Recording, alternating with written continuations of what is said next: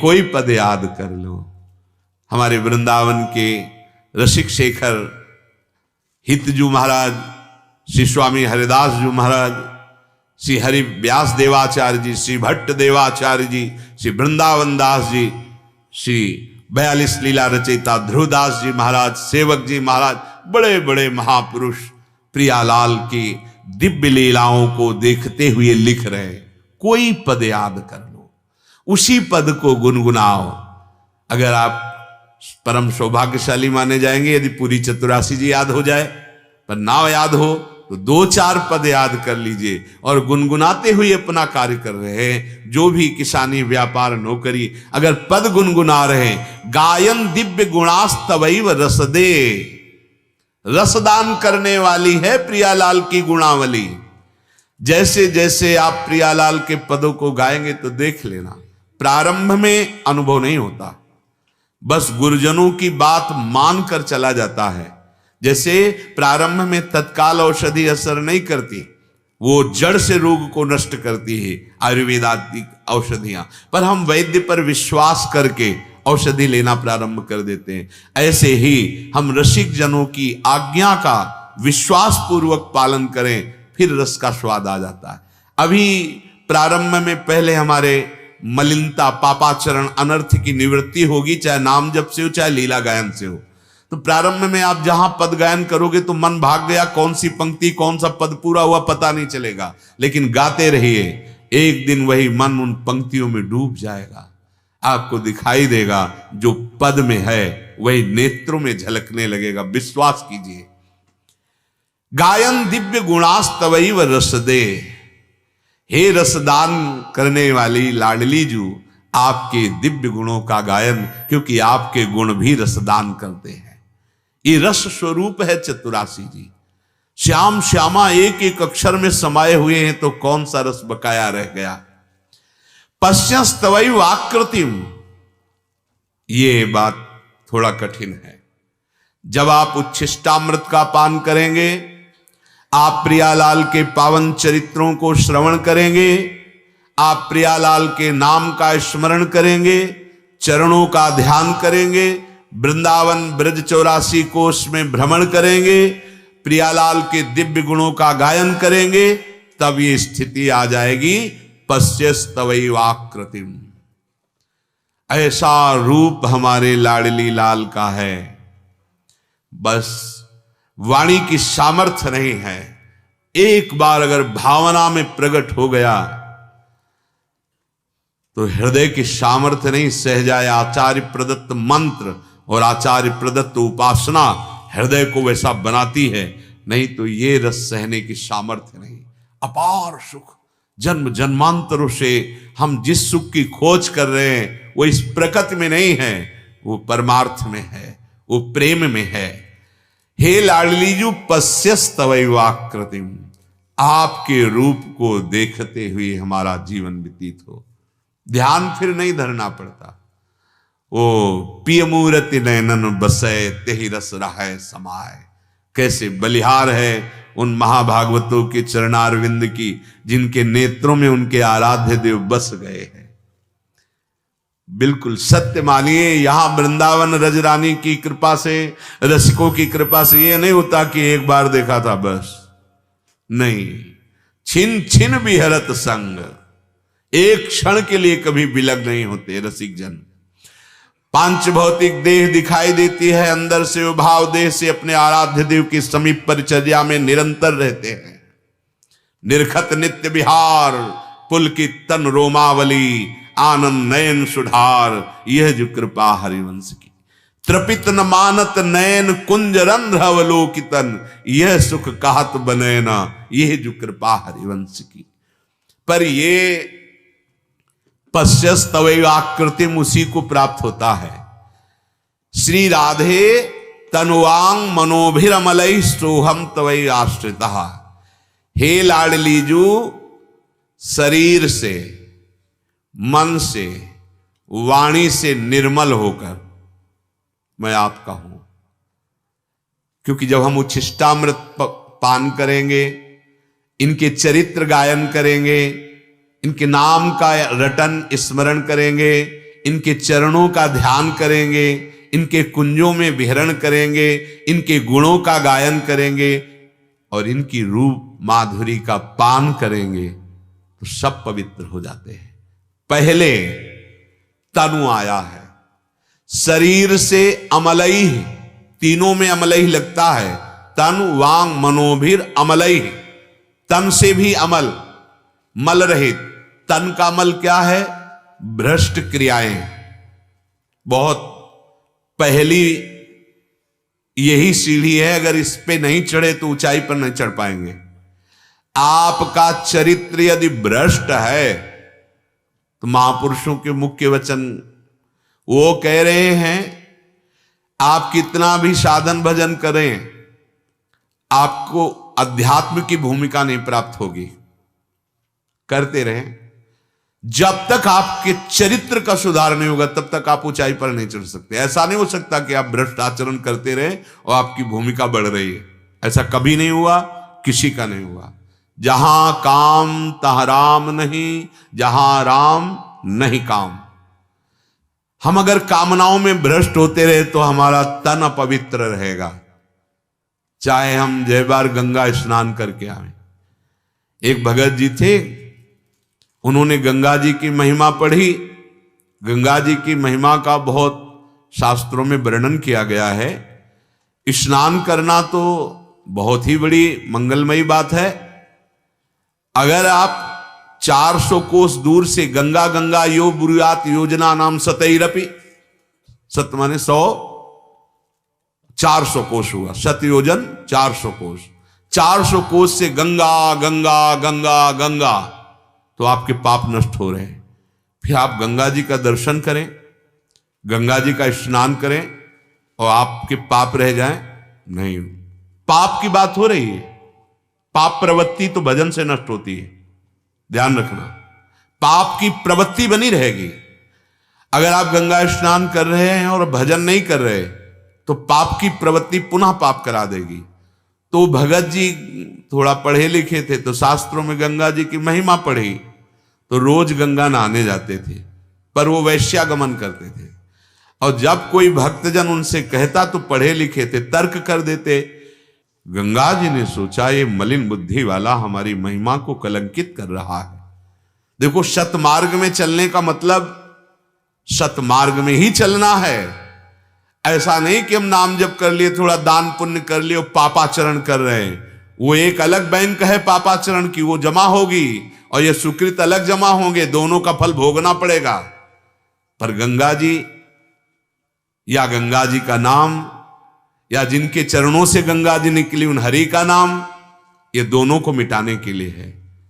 शुभ अशुभ दुर्ग विध्वंस बल तब जयति जयति जग उच्चरे, पाप और पुण्य दोनों नष्ट हो जाए और हम भगवदानंद को प्राप्त हो जाएं, अविनाशी सुख को प्राप्त हो जाएं।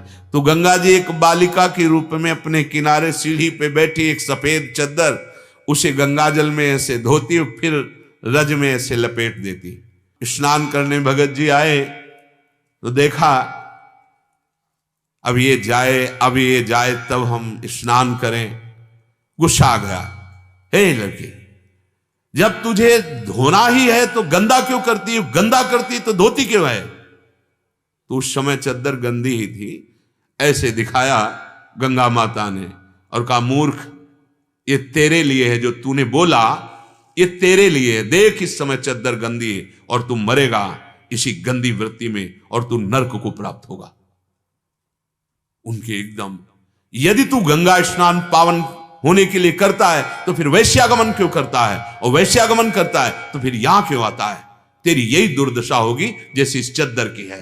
बार बार अपने को धोता है और बार बार मलिन करता है। देखो, सतमार्ग तुम्हें पवित्र करने के लिए, ना कि पापाचरण बढ़ाने के लिए है।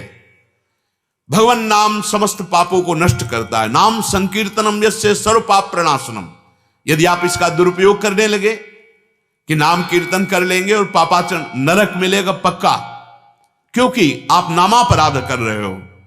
ये सतमार्ग के सूत्र, सर्वधर्मान परित्यज्य मामेकम शरणम व्रज अहम त्वाम सर्व पापेभ्यो मोक्षयिष्यामि मा शुचा। अब चलो हम भगवान की शरण में हैं और पाप भी करते जा रहे, नहीं, तुम्हें भयानक दंड मिलेगा, क्योंकि तुम सिद्धांत के विपरीत चल रहे हो। नाम का, शरणागति का, या किसी तीर्थ का, या किसी पावन पुण्य का आश्रय लेकर जो पाप करते हैं उनकी दुर्गति होती है, ध्यान रखना। ये मार्ग अब लो नशानी, अब ना नशे हो। आज तक किया माना, पर मुझे ज्ञान होते हुए भी सही ज्ञान नहीं था। आज मुझे बहुत पश्चाताप है, अब मैं नहीं करूंगा। पक्का आपको दंड नहीं मिलेगा, सारे पाप नष्ट हो जाएंगे, भगवत मार्ग में चलने का आपको उत्साह मिलेगा। तनु की पवित्रता है व्यभिचार दोष से रहित हो जाना। गृहस्थ हो तो अपनी सीमा में, विरक्त हो तो अपनी सीमा में। तनु की पवित्रता, शास्त्र युक्त कर्तव्य कर्म करने वाले का शरीर पवित्र हो जाता है। तनु अमलई, अगर आप शास्त्र सम्मत कर्तव्य कर्म नहीं करते, आचरण नहीं करते, तो देखो आपको 20 वर्ष बाद भी यही कहना होगा कि मुझे लाभ नहीं मिला। मेरी बात प्रार्थना मान लीजिए, ऐसा लोग कहते हैं आकर के। लाभ तब मिलेगा, घड़े में 2-3 छेद कर दीजिए, आप जल भरते रहिए, कभी घड़ा नहीं भरेगा, वो खाली ही हो जाएगा। चलनी में गैया दू है और दोष दयु को दे, हरि गुरु कहो न मानहि। जब आचार्य गुरुदेव शास्त्र कह रहे हैं ठीक से आचरण करो, यदि आप आचरणहीन रहोगे तो सत्संग, नाम जप, ये सेवा साधना, इसकी जो ऊंचाई है वो आपके अनुभव में नहीं आएगी। तन भी आपका पवित्र होना चाहिए, पवित्र आचरण, आपकी दिनचर्या पवित्र, चाहे गृहस्थ हो चाहे विरक्त। व्यभिचार का कहीं आदेश नहीं दिया गया, दुराचार करने का कहीं आदेश नहीं दिया गया। मनमानी भोजन करना, मनमानी आचरण करना, मनमानी व्यवहार करना, ये आपके पतन का हेतु होगा। आपका शरीर पवित्र हो जाए। एक महात्मा को हमने सानिध्य थोड़ा भी मिला और दर्शन भी मिले, और बड़े बड़े बुजुर्ग संत दर्शन करने जाते थे। 28-30 वर्ष की अवस्था होगी, बचपन से गुरुदेव के सानिध्य में रहते थे, और उस समय जब उनके सानिध्य और दर्शन हुआ तो केवल पालक का थोड़ा जूस उनके गुरुदेव देते थे, और दिन भर मंत्रानुष्ठान, और शाम के बाहर बैठते थे। ऐसे लगते थे कैसे तुम्हें साक्षात भगवान, ऐसी दिव्य कांति चेहरे से, और नेत्रों में ऐसा प्रेम झलकता था। कह रहे हैं कि शाम के भीड़ महात्माओं की लगती थी दर्शन की, दूर दूर से महात्मा दर्शन कर, कुछ नहीं बोलना, बस करुणा करके। 28-30 की अवस्था, यहां देखो तो ऐसा सूर्य जैसी कांति, और नीचे देखो तो अस्थि मात्र हुए रहे शरीरा, एक एक हड्डी गिन सकते थे। और गुरुदेव पार्श्व में पद्मासन लगाए बैठे हैं, और शिष्य। और जब पता चला तो आश्चर्य की बात, गुरुदेव शिष्य की सेवा कर रहे थे, जैसे मां अपने बच्चे की करती है। अपने हाथ से पालक का जूस निकाल के देते थे, वही वो पीते थे। मंत्राकार वृत्ति, तो दर्शन से ऐसा लगता कि भगवान बैठे। सच्ची कह रहे, अरे देखते ही लालच लगता कि एक शब्द ये बोल दे, पर मौन था उनका, बोलते ही नहीं थे। शाम टाइम जब निकलते थे तो गुरुदेव पद्मासन लगाए बैठे, पार्श्व में वैसे बैठे, कृपा करके ऐसे जब हेरते तो ऐसा लगता अमृत की वर्षा हो गई। इतना तन पवित्र हो जाता है भजन से। तन और वाणी, ये जो व्यर्थ की बातें करते रहते हैं, निंदा करते रहते हैं, दोष वर्णन करते रहते हैं, अश्लील संभाषण करते हैं, ये सब वाणी की शक्ति को खो दिए। पहले महात्माओं से बड़े बड़े चक्रवर्ती सम्राट क्यों डरते थे? क्योंकि वो अमोघ वज्र उनका वाणी होता था। अगर कह दिया, जैसा कह दिया वैसा ही होगा। क्यों? सत्य बोलते थे, संयम में रखते थे, वाणी का संयम। तो जब वाणी खोली तो हृदय की ग्रंथि तोड़ दी, और अगर दंड दे दिया वाणी से तो कोई भी हो, 5 वर्ष के बालक से लेकर के 1000 वर्ष तक का चाहे ऋषि हो, जो बोला वही हो गया, क्योंकि उनकी वाणी। श्रृंगी ऋषि भी बच्चे थे। महाराज चक्रवर्ती सम्राट परम धर्मात्मा, गर्भ में ही भगवत साक्षात्कार किए हुए महाराज परीक्षित, जा आज के 7वें दिन तक्षक सर्प तुझे डसेगा और तेरी मृत्यु हो जाएगी। हो गई महाराज, कोई काट नहीं सका। सुखदेव जी महाराज आए लेकिन काटे नहीं, भागवत सुनाकर उद्धार किया। बड़े बड़े ब्रह्म ऋषि आए, किसी की ताकत नहीं कि उस बालक की श्राप वृत्ति को टाल सके। आज हमारी वाणी अपवित्र हो गई, जो मनाया वो बोल रहे हैं, जैसे मनाया वैसे बोल रहे हैं, गंदा बर्ताव बोल रहे हैं, दूसरों की निंदा कर रहे हैं। हम श्री जी के हो जाएंगे। अमलई वांग अमलई, जैसे तन अमलई ऐसे वांग अमलई। पवित्र बोले, मृदु बोले, हितकर बोले, विचार कर बोले, मौन रहें, नाम जप करें, वाणी में शक्ति आ जाएगी। देखो कई बार हमने संबोधन किया है, नेत्र अपने बचा के रखो, इनमें शक्ति है। तुमने अपने नेत्रों की शक्ति खो दी। जो मनाया सो देख रहे, जैसा मनाया वैसा देख रहे, वो मोबाइल में लगे। जिस समय गांधारी जी ने सुना कि मेरा ब्याह धृतराष्ट्र के साथ हो रहा है और धृतराष्ट्र बाह्य नेत्र रहित हैं, अंधे हैं, उसी समय कई परत लगाकर पट्टी बांध ली कपड़े की। अगर मेरे पति संसार को नहीं देखते तो मैं कभी संसार को नहीं देखूंगी। नेत्रों को बंद कर लिया। जब महाभारत का महान युद्ध चल रहा था, गांधारी के कानों में पड़ा कि अब मारा जाएगा दुर्योधन। बड़े बड़े महारथी मार डाले गए। दुर्योधन को बुलाया और कहा, बेटा मैं एक पतिव्रता हूं, आज तक मैंने संसार नहीं देखा। जिस दिन से ब्याह तय हुआ तुम्हारे पिता से, आज मैं अपनी पट्टी खोलूंगी तो नग्न होकर मेरे सामने आ जा। मेरी दृष्टि पड़ेगी और तू वज्र का हो जाएगा।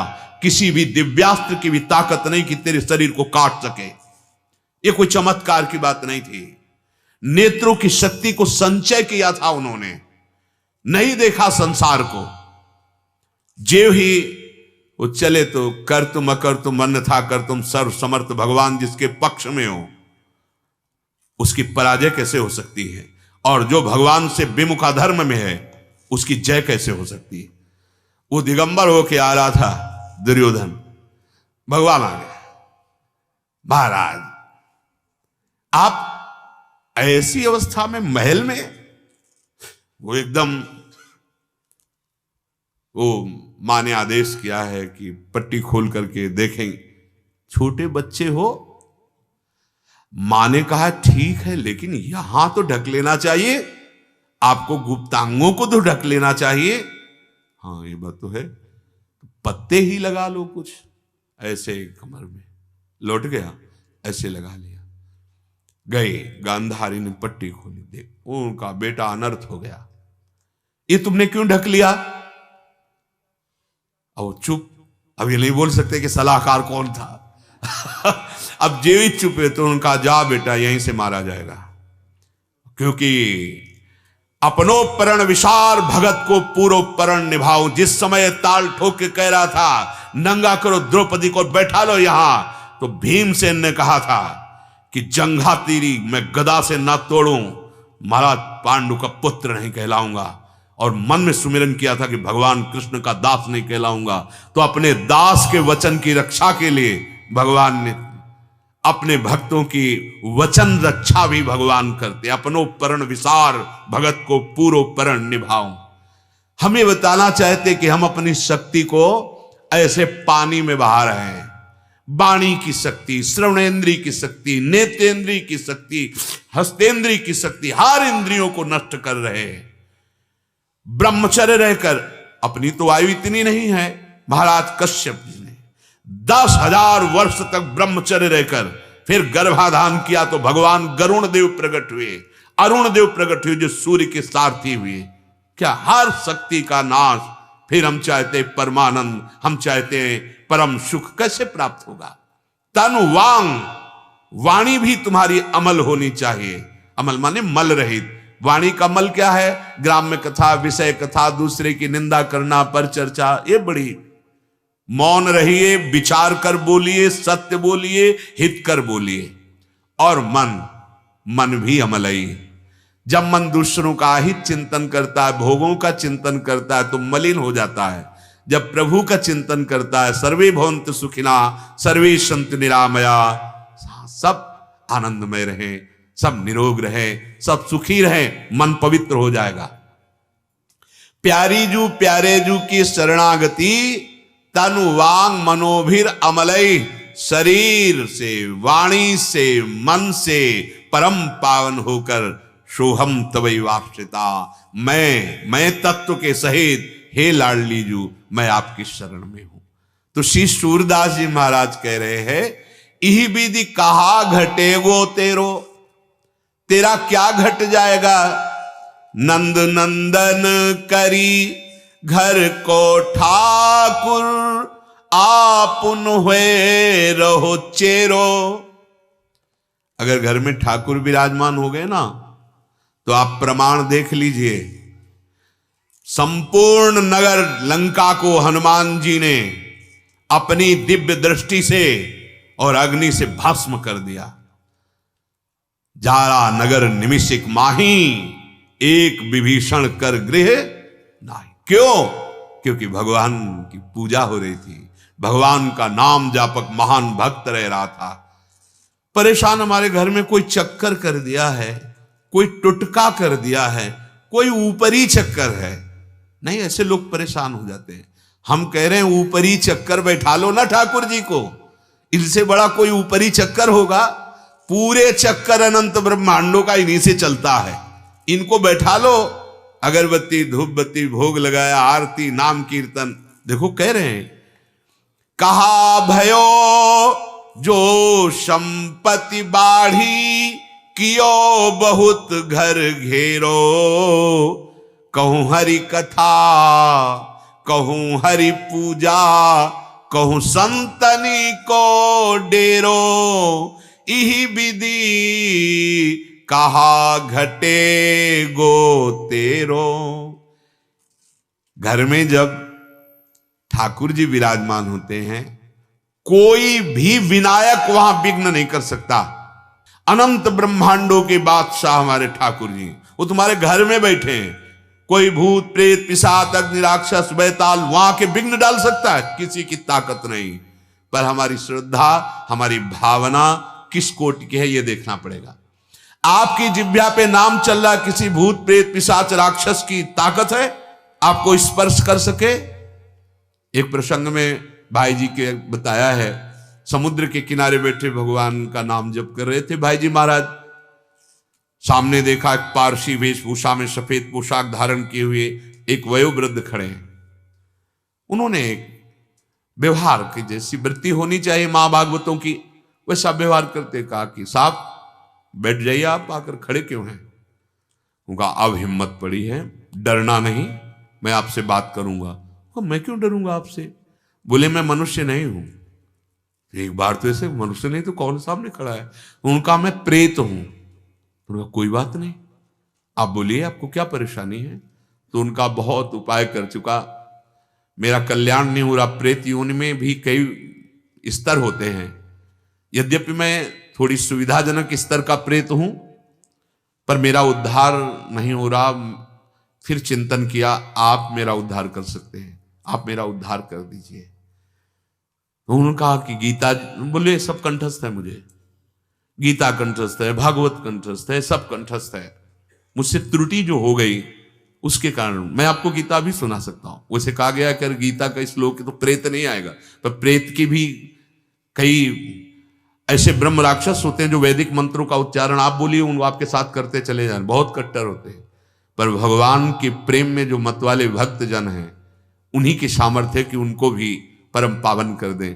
कई ऐसा महात्माओं के, उड़िया बाबा जी एक बार आसन में बैठे हुए थे, बहुत से संत थे, तो किसी का कमंडल ऐसे उठा के पटक दिया गया, किसी का ऐसे ऐसे। बाबा ने कहा डरो मत, डरो मत, ये अपने कल्याण के लिए एक भयंकर प्रेत आया हुआ है, आप शांत रहिए। बाबा जिस पेड़ के नीचे बैठे उस पेड़, बाबा ने कहा ये सब उपद्रव मत करो, तुम अपने कल्याण के लिए आए हो, देखो हमारा चरणामृत धो और उस गड्ढे में डाल दो, और कहा पियो इसको। पीते ही सब शांत हो गए। बहुत जैसे मीरा जी के जय ठाकुर जी की धूप गंध गई, सब प्रेत मुक्त हो गए। कोई भी प्रेत या अनिष्टकारी आपका अमंगल नहीं कर सकता यदि घर में ठाकुर जी विराजमान है। नाम कीर्तन, बोले अगर तुम्हारे पास संपत्ति बढ़ी है, बड़ा घर बनवा ले, एक जगह ठाकुर जी विराजमान कर लिए, कभी भगवत कथा करो अपने घर में, कभी सब मिलकर नाम कीर्तन करो, कभी संतों को बुलाओ, उनकी जूठन वहां गिरे, उनका चरणामृत धो, चरणामृत से कंचो तीर्थ हो जाएगा तुम्हारा घर। जो बनिता सुत जूथ सकेले, है गए विभव घनेरो, सबे समर्पो शूर श्याम को, यह साचो मत मेरो। आपको भगवत प्राप्ति हो जाएगी यदि आप अपने घर में ठाकुर जी विराजमान कर लिए, उनकी सेवा। कभी कभी अगर संत भगवान भगवत प्रेमी महात्मा मिल जाए, आपकी श्रद्धा बने, वहां भोजन पवा दिए, नाम कीर्तन किए, बढ़िया बात बन जाएगी। नहीं तो चाहे जितना बड़ा घर हो, चाहे जितना वैभव हो, चाहे जितनी प्यारी परिवार के जन हो, एक दिन वो आएगा कि सबको छोड़ के आपको जाना है। मेरी प्रार्थना मान लो, सूरदास जी कह रहे, तुम्हारा धन वैभव, ये घोड़ा गाड़ी परिवार संपत्ति बैंक बैलेंस, ये सब यहीं रह जाएगा। यदि नाम जप नहीं किया, ठाकुर सेवा नहीं की, संत सेवा नहीं की, भगवत कथा वार्ता में चित्त को नहीं लगाया, तो कुछ भी हाथ तुम्हारे नहीं लगेगा। क्योंकि सत्य है केवल भगवत नाम, भगवत चर्चा, भगवत सेवा, संत सेवा। तो श्रीपाद प्रबोधानंद जी महाराज कह रहे हैं, गौर श्याम ज्योतिर्द्वंद्वा मंद प्रेमानंदास्पंद। यदि तुम वृंदावन का आश्रय लेते हो, वृंदावन की रज का सेवन करते हो, वृंदावन में तुम्हें सत्संग सुनने को मिला है, तो आप कृपा करके एक बात तो मान लो, अपनी जिह्वा को राधा राधा राधा राधा राधा इतना बोलना सिखा दो। ये परम धन है। आप देख लेना, आप खुद देख लेना। बस एक सिद्धांत समझ लीजिए कि जल्दीबाजी में छोड़ मत देना। जैसे कुछ लोग हैं कि आपने कहा था राधा नाम जपोगे तो धन प्राप्त हो जाएगा। अरे धन क्या चीज है, ये तो पापियों को भी प्राप्त है जो पाप कर रहे हैं। तुम तो परम धन राधा नाम जप कर रहे हो, क्या तुमको नहीं मिल जाएगा? पर वो ऐसा सोचते हैं कि महीना 2 महीना थोड़ा बारा जपें और लॉटरी की तरह खुल जाए, ऐसा कुछ। व्यर्थ में ऐसी कल्पना मत कीजिए।